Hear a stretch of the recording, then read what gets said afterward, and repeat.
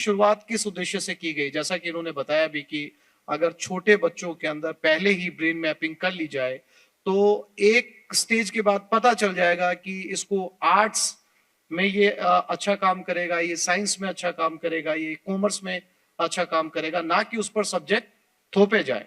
तो कैसे लैब की शुरुआत किस उद्देश्य से की गई और आप इसमें क्या सुविधाएं उपलब्ध करवाते हैं जिससे उस बच्चे को मदद मिल सके?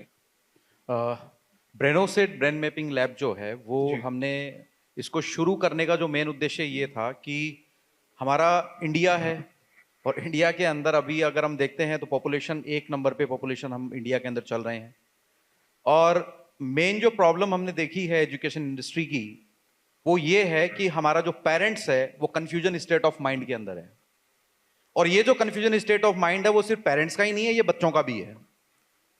आप 10th के बाद में किसी भी बच्चे का, कोई भी बच्चा किसी भी टीचर से अगर बात करेगा, अगर वो साइंस बायोलॉजी के टीचर से बात करेगा, वो टीचर कहेगा साइंस बायोलॉजी बहुत अच्छा है, बेटा साइंस बायोलॉजी लो, पॉपुलेशन बढ़ रही है, डॉक्टर बढ़ाने हैं, डॉक्टर नहीं होंगे, उनका इलाज कैसे करोगे?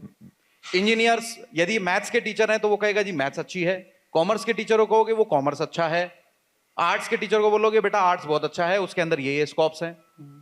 बट कोई भी उस बच्चे को ये गाइड नहीं कर रहा कि उसके ब्रेन की पोटेंशियल के हिसाब से कौन सा सब्जेक्ट अच्छा है।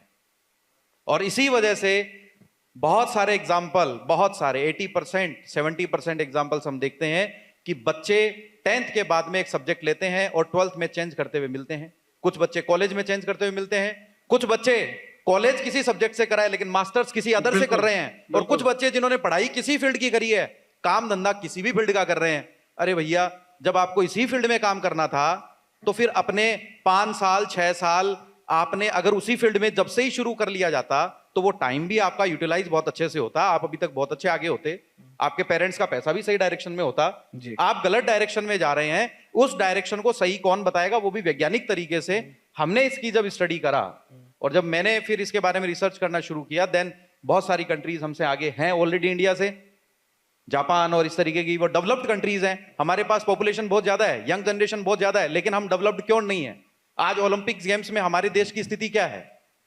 आज अदर कंट्रीज बहुत ज्यादा गोल्ड मेडल लेके आती है। सर ने बात की यूएसएसआर की।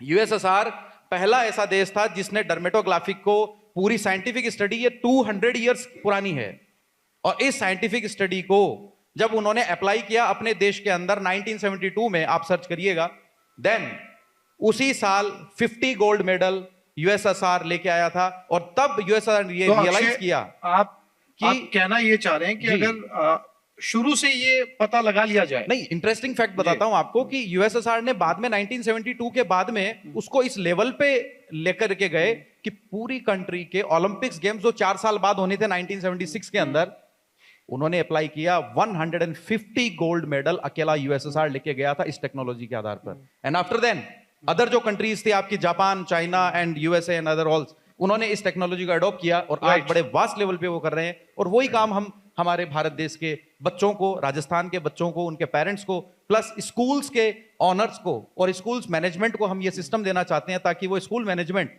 उन बच्चों को, जो आर्ट्स का बच्चा है उसको आर्ट्स में बिठाए, जो मेडिकल का बच्चा है उसको मेडिकल में बिठाए, जो इंजीनियरिंग का बच्चा है उसको इंजीनियरिंग में बिठाए, और जो यूपीएससी का बच्चा है उसको यूपीएससी के अंदर बिठाए, जो कॉमर्स का बच्चा है उसको बिठाए। आपके रिजल्ट्स इतने शानदार रहेंगे संस्था के, और हमारे बच्चों के जो रिजल्ट्स हैं वो शानदार रहेंगे। बच्चा निराश नहीं होगा, निराश नहीं होगा, वो कुंठा में नहीं जाएगा। और ये जो सुसाइड वाले जो केसेस हो रहे हैं वो हमारे ही बच्चों के हो रहे हैं, किसी दूसरे के बच्चों के नहीं है। आज हमारी ही पीढ़ी आगे बढ़ रही है, आज हमने नहीं देखा तो कोई बात नहीं है, मेरे बच्चों के बच्चे अगर सुसाइड करेंगे तो वो कारण हमारा होगा कि हमने कभी इनिशिएटिव इस तरफ ध्यान ही नहीं दिया।